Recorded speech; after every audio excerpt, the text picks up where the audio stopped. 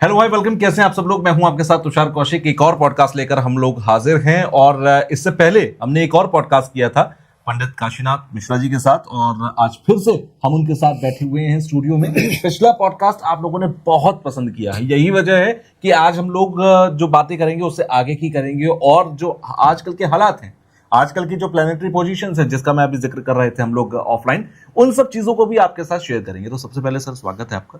जय जगन्नाथ। जय जगन्नाथ। पंडित जी, पिछले पॉडकास्ट में लगभग 4-5 महीने पहले वो हमने पॉडकास्ट किया, और आपने जो बातें कही लगभग इशारा उस तरफ दिखाई देने लगा। जैसे आपने कहा था कि भाई धर्म के रास्ते पर जो नहीं चलेगा वहां पर युद्ध, वहां पर लोग मरेंगे, या फिर वहां पर आप देखेंगे कि स्थिति और भयानक होती जाएगी। क्यों? क्योंकि सत्युग आने वाला है। अभी जो स्थिति है, एक तो मैं यहां से शुरू करना चाहता हूं कि अभी जो स्थिति है, मिडिल ईस्ट वाला जो एरिया है बहुत डिस्टर्ब है। ईरान का युद्ध अभी चल रहा है, वहां पर अमेरिका ने हमला किया, इजराइल ने मिलकर हमला किया ईरान के ऊपर। ईरान लगातार हमला कर रहा है बाकी अमेरिका की फैसिलिटीज के ऊपर। स्थिति क्या है? क्या ये उसी तरफ इशारा कर रहा है सर? देखिए, ये तो शुरुआत है मिड ईस्ट में। मिड ईस्ट में और भयंकर युद्ध होगा जब तक मक्का मदीना और जेरूसलम पर बड़ा युद्ध नहीं होगा, उसका समाप्त नहीं होगा। ये मक्का मदीना और जेरूसलम का आपने जिक्र किया, यहीं पर क्यों?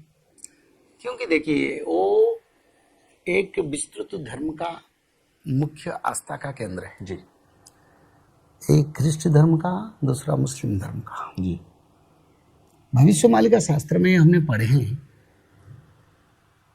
उसमें भी मक्का मदीना का रचना है। और सारे धर्म का क्षेत्र पर कैसे कैसे परिवर्तन आएगा वो भी लिखा है। क्योंकि जब भगवान शास्त्र लिखते हैं या शास्त्र लिखवाते हैं जी, वो सारा विश्व के लिए लिखते हैं, कोई निर्दिष्ट देश के लिए, एक संप्रदाय के लिए नहीं। तो भगवान कल की अवतार के बारे में जो भविष्य मालिका पुराण है, वो सारा विश्व के बारे में रचना है जी। उसमें एक पंक्ति है, 22 पाहचे मीन खेलुथिव सिंहासन रे वरुण, मक्का मदीना रे घोर युद्ध है वो। अच्छा, उसमें लिखा है ऐसा? मक्का मदीना का जिक्र है। घोर युद्ध होगा, भयंकर युद्ध। और ये युद्ध किस वजह से होगा?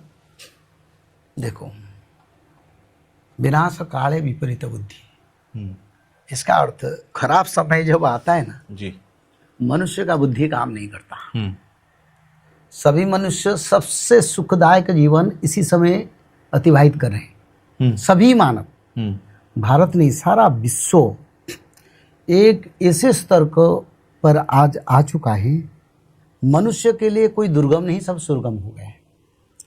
गरीब लोग भी आज के दिन में अच्छा गाड़ी चढ़ते हैं, खाना पीना भी खाते हैं। कुछ लोग कर्म नहीं करते, अलग बात है। तो इसीलिए मनुष्य बड़ा आनंद में है। पर जब मनुष्य का कर्म पाप से पर्यवसित होता है जी, तो मनुष्य का बुद्धि काम नहीं करता और खुद का विनाश खुद करता है। जिसमें खाता है उसको तोड़ता है, जिसमें बैठता है उसको तोड़ता है। तो इसीलिए भविष्य मालिका को मैं अनुध्यान किया, उसमें वो पंक्ति लिखा है। मिड ईस्ट में ईरान का साथ जो वार हो रहा है जी, अमेरिका किसी भी तरह शक्ति, कौशल, डिप्लोमेसी, किसी तरह नहीं तो दूसरा देश उनका जो हाथबारसी है, पाकिस्तान, तुर्की, सऊदी, इन देशों को लेके मध्यस्थता किसी के माध्यम से करवा के वही युद्ध को खत्म करने के लिए कोशिश करेगा, ये भविष्य में। और दूसरा, मक्का मदीना पर एक बड़ा समर होगा, ये लिखा है। जेरूसलम पर भी समर होगा। अच्छा, तो ये समर जब होगा तब जगन्नाथ क्षेत्र के और समुद्र की जल आएगा जी। 22 सीढ़ियां समुद्र अतिक्रम करेगा। अच्छा, जगन्नाथ मंदिर की जो सीढ़ियां हैं उसमें 22 सीढ़ियां डूब जाएंगी समुद्र के अंदर। समुद्र के अंदर कुछ समय के लिए डूबेगा। अच्छा, फिर समुद्र लौट जाएगा। तो जिस समय वार होगा उसका बात होगा। तो वो वार हुआ नहीं, वो वार बाकी है, अभी हुई नहीं है, वो होने बाकी है। हाँ, वो होगा जी।